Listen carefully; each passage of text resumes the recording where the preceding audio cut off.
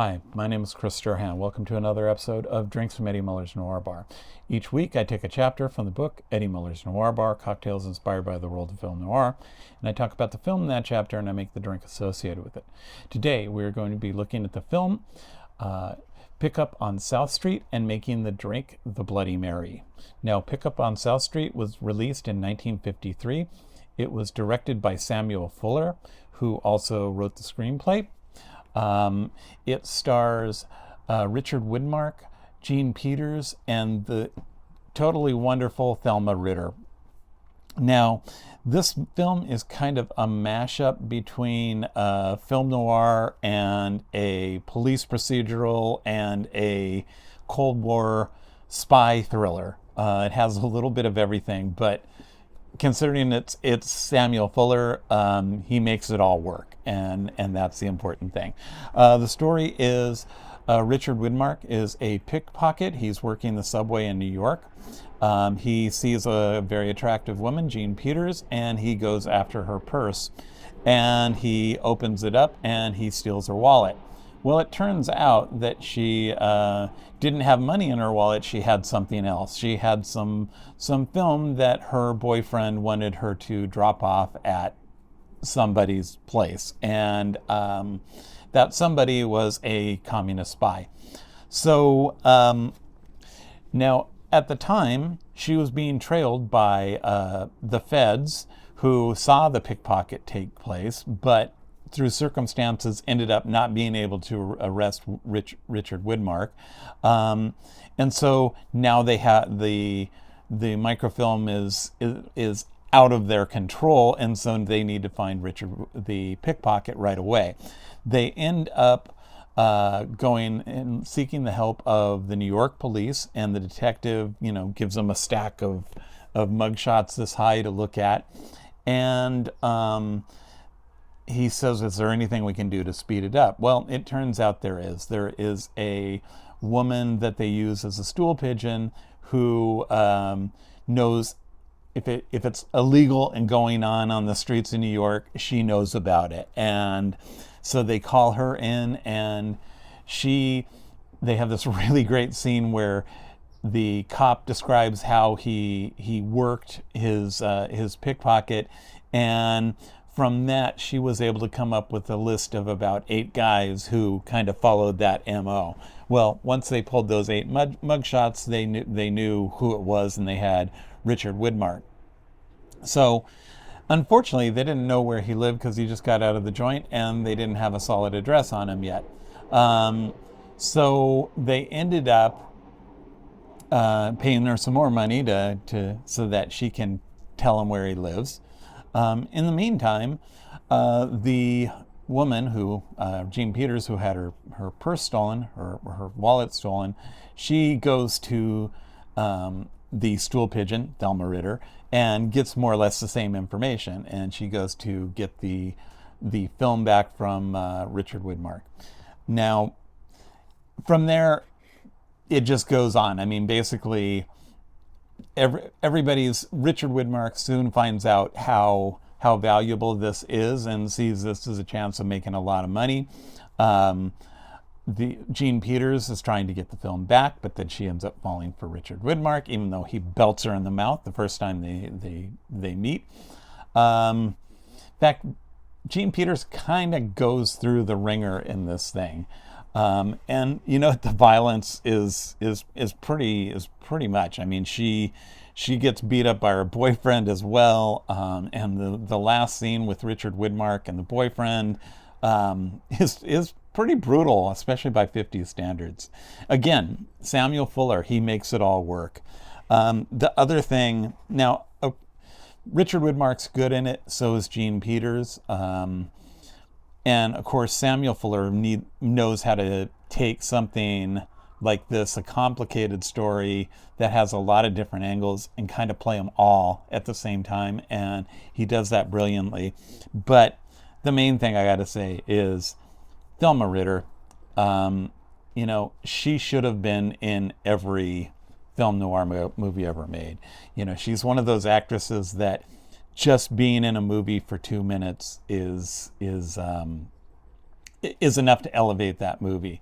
And here she has a pretty solid part. Yes, she is a stool pigeon, but she's doing it for somewhat noble reasons. She knows she's getting older and she's afraid she's going to die and not have any money socked away and have to be buried in the potter's field. So she wants to have a decent funeral when she passes away. Anyway, very good film.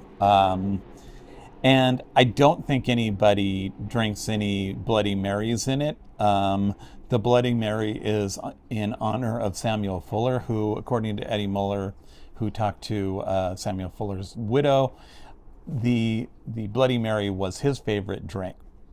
So we're going to be making that when I come back.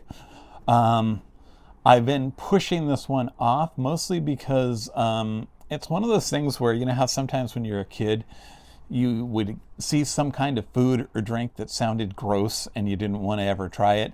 Well, that was me in tomato juice. And so I've been putting it off because I really didn't want to have to do the tomato juice thing, but we're here and we're going to give it a shot. So I'm going to make that drink right when we come back. I hope you stick around for it. Thanks. And we are back. So we're going to make the Bloody Mary. Now, we start with 3 ounces of vodka. And we're doing this in the small part of the tin. That's 1.5 and 3. And then we've got a 1/2 ounce of fresh lemon juice. Okay. And then a teaspoon of horseradish, which seems like kind of an insane amount to me. But here we go. God. Okay, this is going to be a light teaspoon because that seems like a lot to me, especially when that hit my nose. Okay, now next, Worcestershire sauce. Tablespoon of Worcestershire sauce.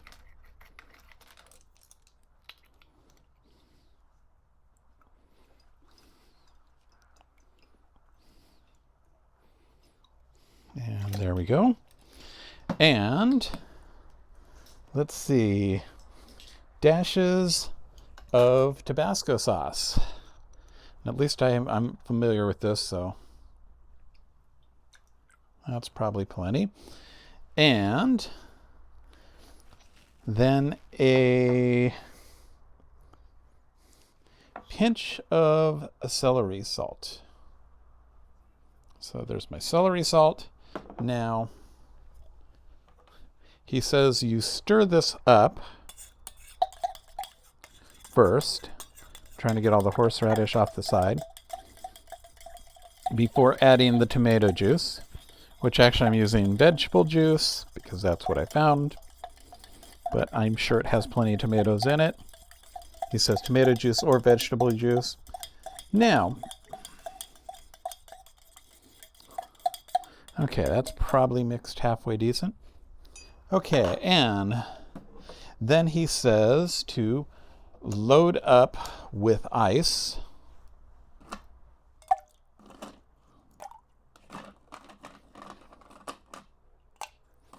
Or load up to almost full with ice. Okay. Now, and then your vegetable juice. It says fill almost all the way to the rim.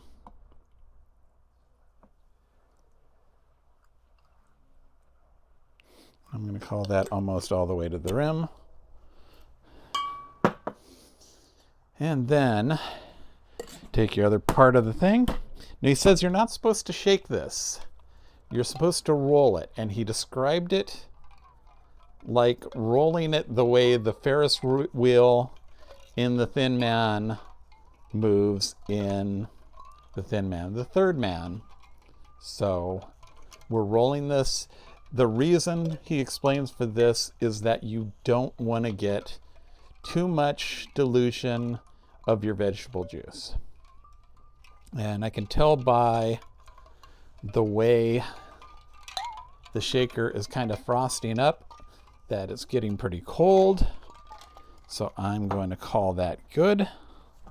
And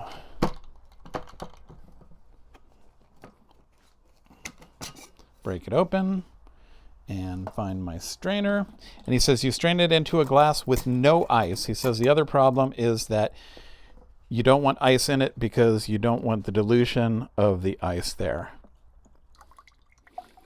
So here we have it.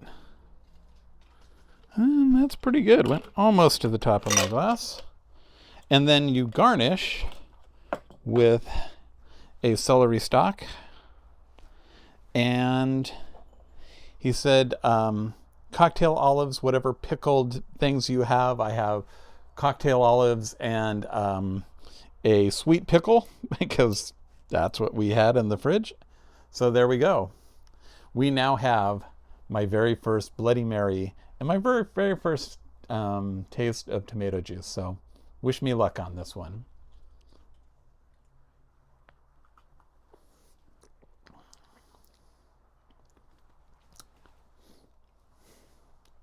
Wow, that's actually pretty good. It's not what I associate with a drink.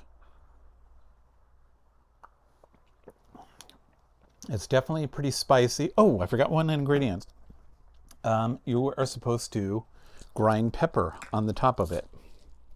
So I'll do that after the fact.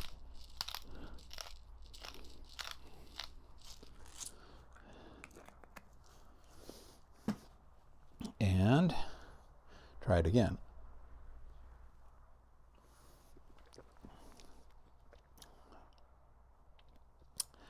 Okay, definitely not. I mean, it's actually probably what I was somewhat expecting. Pretty spicy with the amount of heat in it, with the Tabasco and the horseradish and the pepper. Probably not my cup of tea, but it's not horrendous and just not really what I'm looking for. Definitely has quite a bit of spice to it in terms of the heat level. But we're going to call it, well, we're going to call it a Bloody Mary. I don't think this is ever going to be one of my favorites, but we gave it a shot, and there you go. So from a booth in the back of Eddie Muller's Noir Bar, we're going to call it a night.